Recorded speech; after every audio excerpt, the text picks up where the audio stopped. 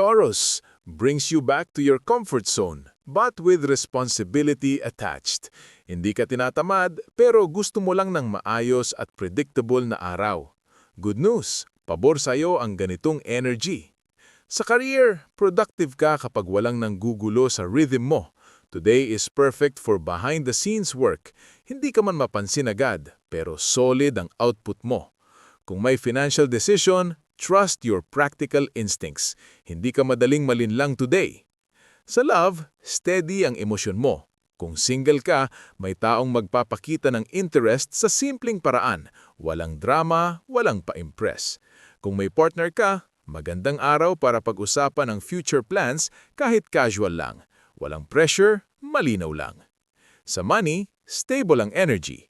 Hindi ito spending day, kundi planning day. Masaya kang alam mong kontrolado mo ang finances mo.